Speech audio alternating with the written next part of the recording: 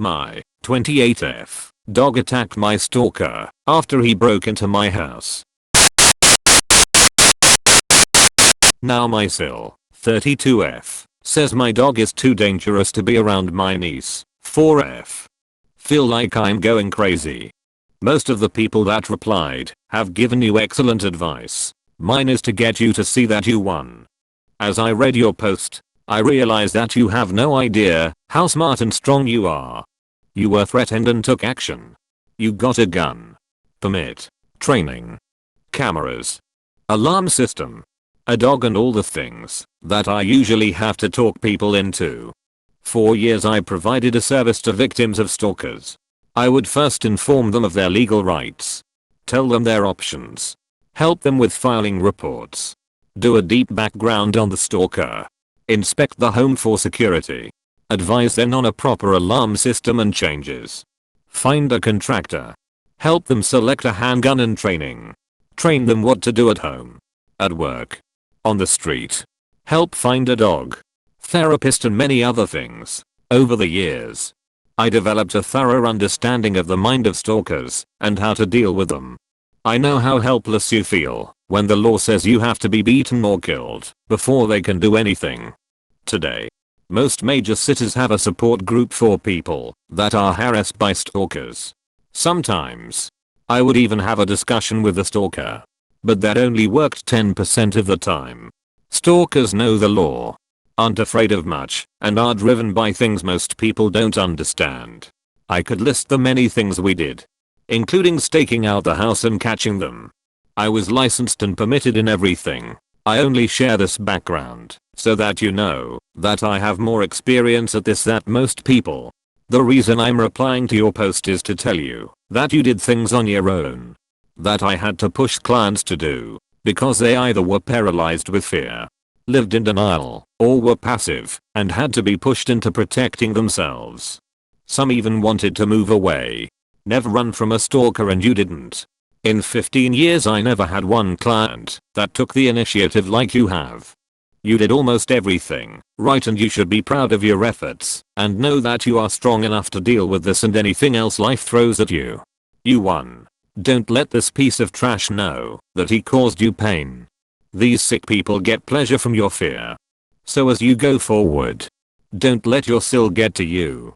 She has no idea what you went through, and her fear of your dog is baseless. You are really lucky and have one heck of a dog. He saved your life and deserves a great partner like you. Please don't underestimate yourself. I never had one client as strong and smart as you. You should be talking to victims and sharing your story of courage and survival.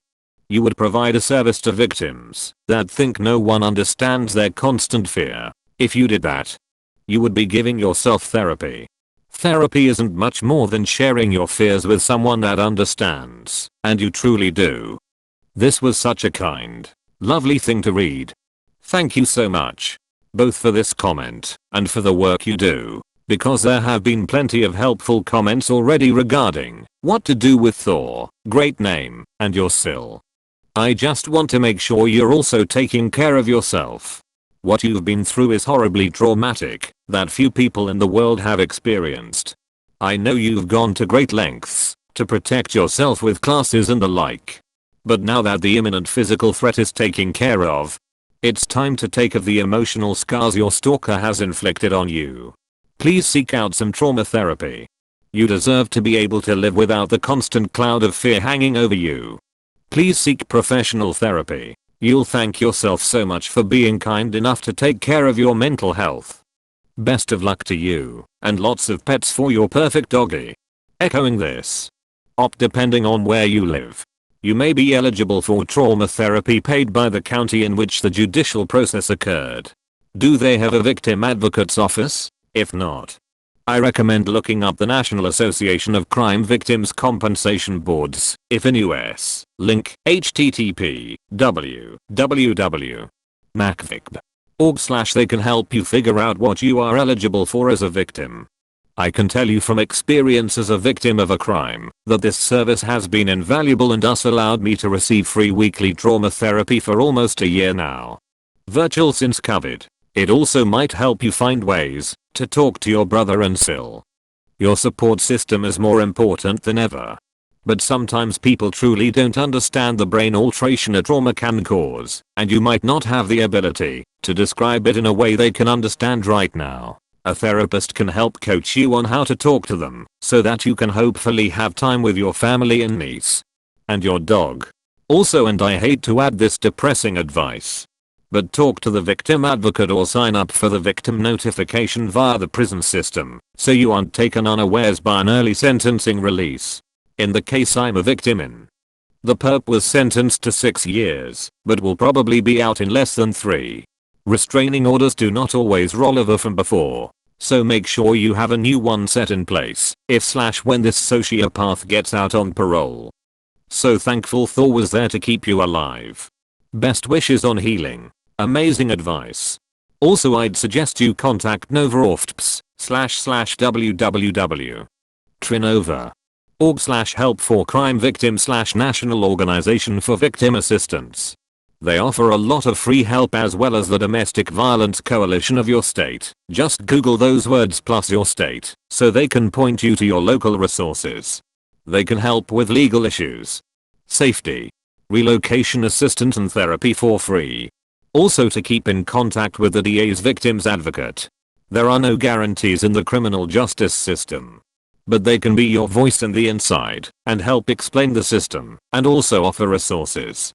I'm really sorry that this all happened to you. I'm glad that both you and your pup are alright. You might want to look into a box muzzle. https://www.petsmart.com/dog/training and behavior/training collars leashes and harnesses/top paw basket dog muzzle 5,276,459. I'm not recommending it because Thor did anything wrong, but it might make the other person feel more comfortable. It's a muzzle that can be worn comfortably. Your pup can open its mouth, have his tongue hang out, whatever. I got one when introducing my 100-pound dog to a 2-pound kitten. It's a safety blanket. You can have them together without any fear. That said, it hurts to get hit with the cage. My lovely dumb dog got excited while wearing it, tried to lick me, and ran into my face with it on. 0/10. I wish you luck with everything. Edit. Thank you to whoever awarded me the silver. That was really kind of you. I had a large aggressive breed dog that was super friendly and loving.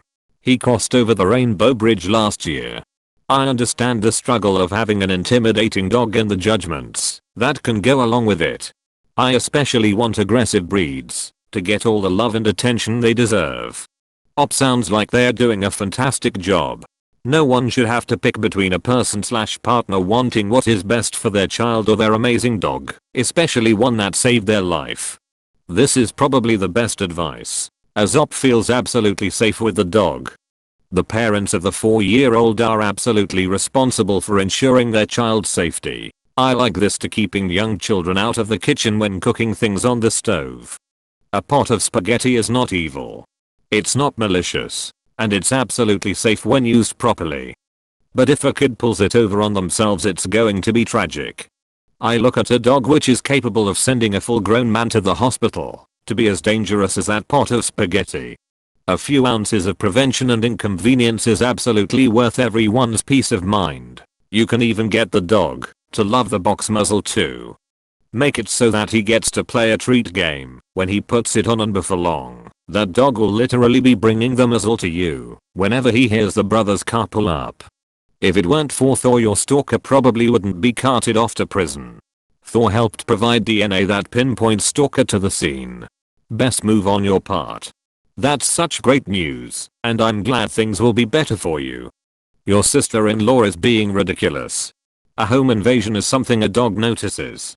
That is why he attacked. You were scared and running, and the dog knew this strange guy was the problem, so he took care of it. Your sister doesn't understand dogs and I think is speaking from ignorance. I'm sorry this has happened to you, but parents will be parents.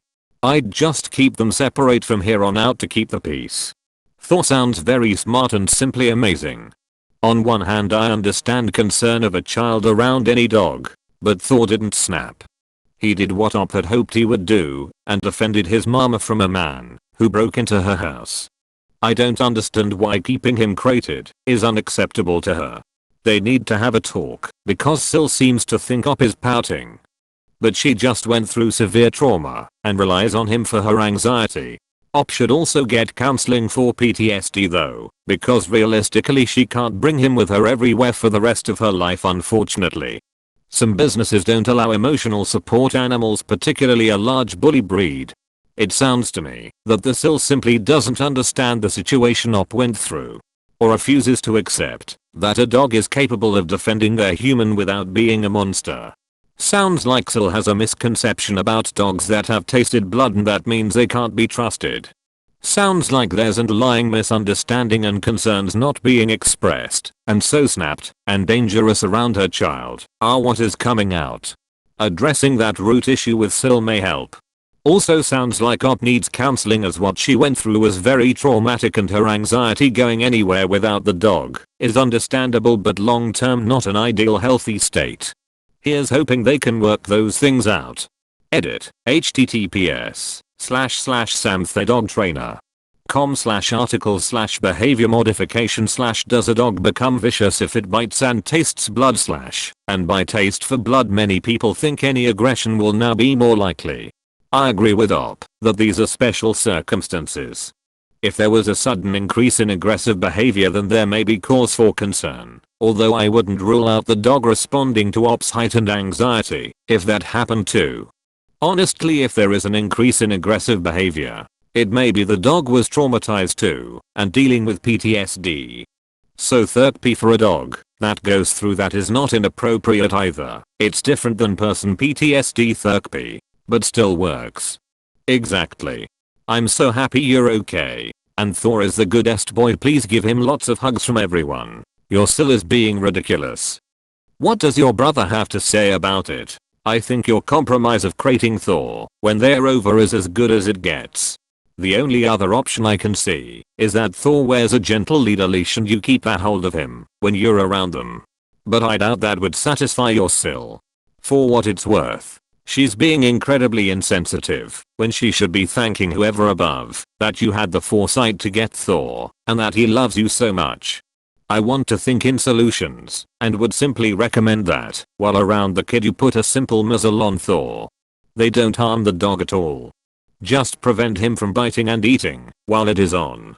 That way Op can keep her hero around and SIL doesn't have to worry about him hurting the niece. Plus you can find some really silly ones which can make it seem less intimidating. There are different designs of muzzles. Make sure you get one that is right for your breed's snout and still allows them to pant. Also some muzzles are designed to allow your dog to still during and get treats as well as pant. Check out the Baskerville brand muzzles. My dog gets super anxious at the vet, so he wears one there. It makes the vet more comfortable and it's a more pleasant experience for him because if she's not worried he ends up getting a lot more pets and treats. This is what we use at my job. We either put peanut butter or easy cheese on the inside when we are putting it on a patient and the spaces allow for us to pass biscuits to them. They can eat and drink through it